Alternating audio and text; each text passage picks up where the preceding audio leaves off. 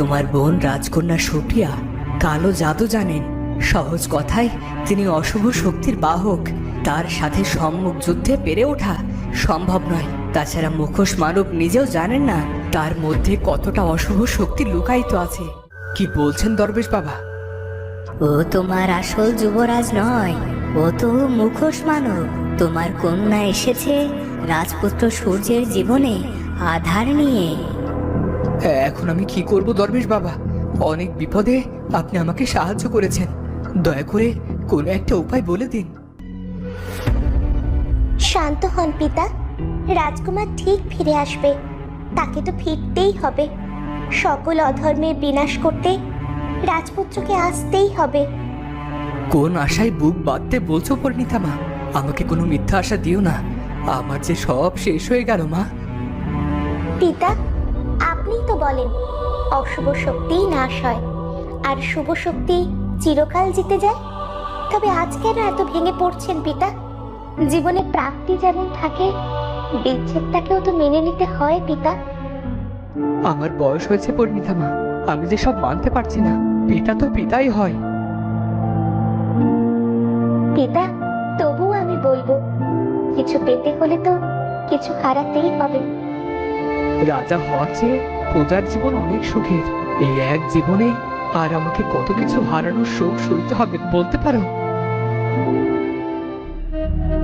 এদিকে রাজগুরু বেশ চিন্তিত হয়ে বসে আছে। তার সামনে এলো দরবেশ। রাজগুরু, কি হয়েছে তোর? কেন এমন করে শান্ত হয়ে আছিস? রাজগুরুকে তো এমন মানায় না। তাকে হতে হয় ধীর স্থির। যাই ঘটে যাক, সে টলতে পারবে না। দরবেশ বাবা, তিলে তিলে গড়া এই রাজ্য কার নজর পড়েছে বলতে পারবেন? কোথাও কেউ ভালো নেই। কি করে এসব বাধা কাটানো সম্ভব? অশুভ শক্তির নাশ হয়েছে, শুভ শক্তি এখনো সুরক্ষিত আছে। তবে আনন্দের কিছু নেই। প্রাসাদে এখনো অশুভ শক্তির কালো ছায়া থেকে মুক্ত হয়নি। তোমাদের সতর্ক থাকতে হবে। তাহলে দয়া করে উপায় বলুন দরবেশ বাবা। এত সহজে তুই উপায় পাবি না। আজ পর্যন্ত প্রাসাদে যা যা ঘটেছে সবটাই ওর ইশারায়। ও অশুভ শক্তির রক্ষক, স্বয়ং অশুভ রাজের বরপ্রাপ্ত। ও কে দরবেশ বাবা? দরবেশ বাবা কোথায় গেলেন? তখনই সেখানে এলো দাসী। রাজগুরু মশাই, মহারাজ আপনাকে স্মরণ করেছেন। আপনি দয়া করে এখনই সেখানে চলুন। তুমি যাও, আমি এখনই আসছি। ওদিকে পরিণীতা তার কক্ষে বসে আছে। সে জানে না সে কি করবে। আজ রাজপুত্র প্রাসাদে থাকলে কি হতো। পরিণীতা, রাজপুত্র পরিরাজ্যে সুরক্ষিত আছে। তুমি ভেবো না রাজপুত্রের জন্য প্রাসাদ কিংবা রাজ্য নিরাপদ নয়। আমি একটাবার রাজপুত্রের সাথে দেখা করতে চাই পরিরাজ। আমাকে নিরাশ করবেন না পরিরাজ। আমার রাজপুত্রের সাথে দেখা করাটা ভীষণ জরুরি। বেশ, চলো আমার সাথে।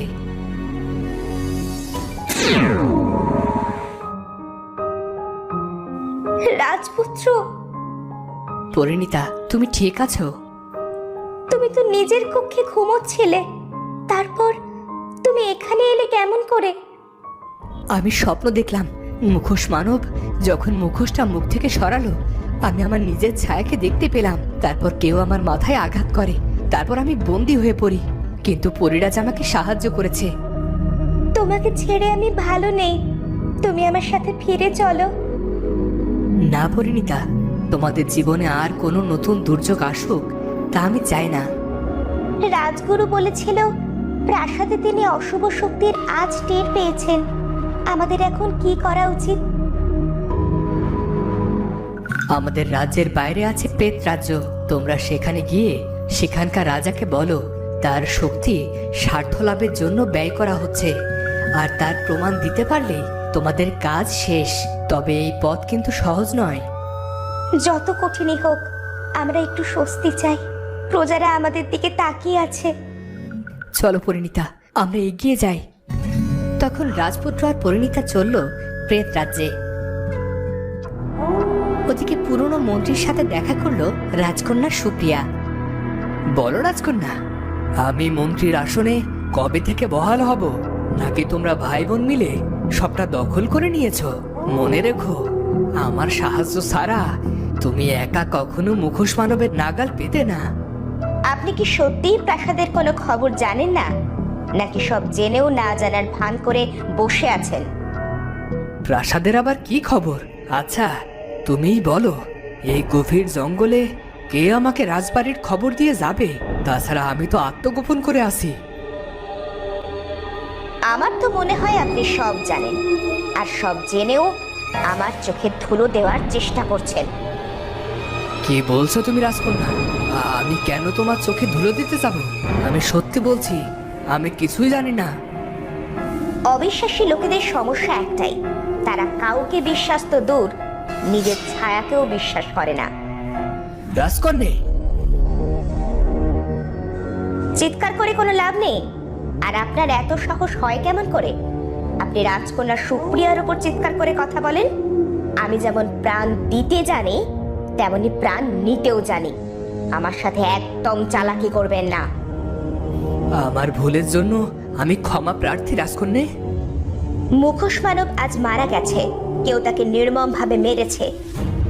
কে মারলো ওকে? কে মারলো? আমি কেমন করে জানবো? রাজপুত্রও তো মরতে পারে, সেও তো পলাতক। হাসালেন মন্ত্রী মশাই। যুবরাজ আর যাই হোক, নিজের ভাইয়ের প্রাণ নিতে পারে না। তবে কি আপনি ওকে শেষ করেছেন?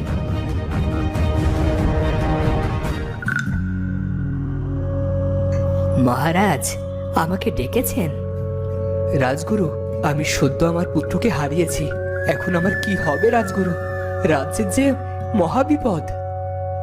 বিচলিত হবেন না মহারাজ, এটা আমাদের যুবরাজ নয়, এটা মুখোশ মানব ছিল। আমি দৈব বাণীতে এটাই জানতে পেরেছি। এখন অন্তত নিজেকে সামলান মহারাজ। রাজ্যের মঙ্গলের জন্য আপনাকে আবারও উঠে দাঁড়াতে হবে। তবে প্রাসাদ এখনো যুবরাজের জন্য নিরাপদ নয়। কি বলছেন এসব? দৈব বাণীতে এমনটাই আমাকে আদেশ দেওয়া হয়েছে মহারাজ। তবে আপনি বিচলিত হবেন না, অন্ধকার কাটাতে তো এক চিলতে আলোই যথেষ্ট। ওদিকে পরিণীতা আর রাজপুত্র প্রেত রাজ্যের সামনে আসতেই ওদের পথ আটকালো ঝোড়ো হাওয়া। তোমরা কারা? এখানে কেন এসেছো? আমরা অশুভ রাজের সাথে দেখা করতে এসেছি। এত সহজে তো দেখা করা যাবে না। আমি হলাম ঝোড়ো হাওয়া, আমি এই প্রেত রাজ্যের প্রহরী। তোমরা ফিরে যাও, নয়তো তোমাদের হাওয়ায় ভাসিয়ে দূরে গিয়ে ছুঁড়ে ফেলে দিয়ে আসবো। দয়া করো ঝোড়ো হাওয়া, আমাদের বড্ড দরকার। অশুভ রাজের কাছে আমাদের দয়া করে যেতে দাও। আমরা তোমাদের কোনো ক্ষতি করতে আসিনি। বেশ, তবে আমার একটা শর্ত আছে।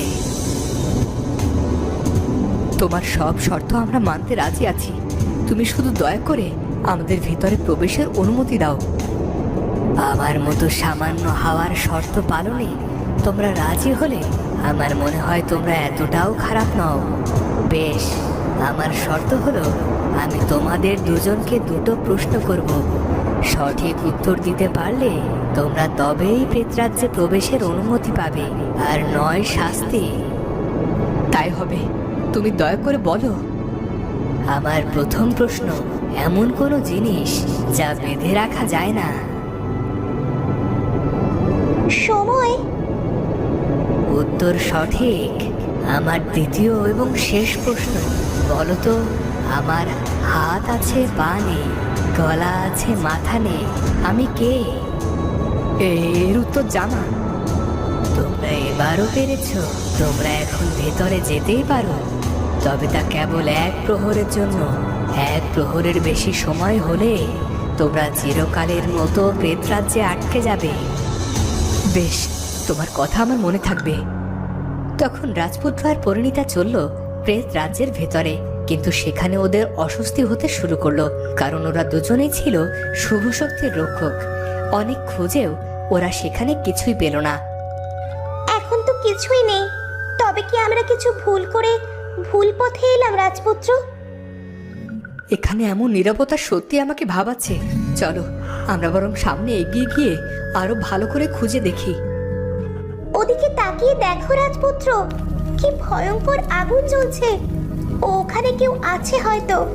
চলো আমরা গিয়ে দেখে আসি, যদি কোনো সাহায্য পাই। এখানে সাহায্য চাওয়া বোকামি, তারপরও আমাদের জন্য কি অপেক্ষা করছে সেটা ভেবে আমি শঙ্কিত। চলো আমরা ওই অগ্নিশিখার কাছে যাই। ওদিকে সবাইকে কাজে ব্যস্ত ভেবে রাজকন্যা অশুভ শক্তিকে ডাকতে চাইল, কিন্তু তখন ঘটল আরেক কাণ্ড। সুপ্রিয়া মা, আমি জানি নিজের ভাইকে হারিয়ে তুমি ভীষণ মর্মাহত। তোমাকে একা রাখা ঠিক হবে না। এই জীবনে তো তোমার উপর দিয়ে কম ঝড় যায়নি। আজ আমরা বাবা আর মেয়ে না হয় একটু সময় কাটালাম। তুমি যাও বাবা, আমি এক্ষুনি আসছি। এখানে যেন নিজের ব্যক্তিগত কোনো স্বাধীনতাই নেই। না না, আর কয়েকটা দিন, তারপরেই আমাকে যেমন করেই হোক আসল চালটা দিতেই হবে। কোনো কিছুই হাতের বাইরে যেতে দিলে তো হবে না।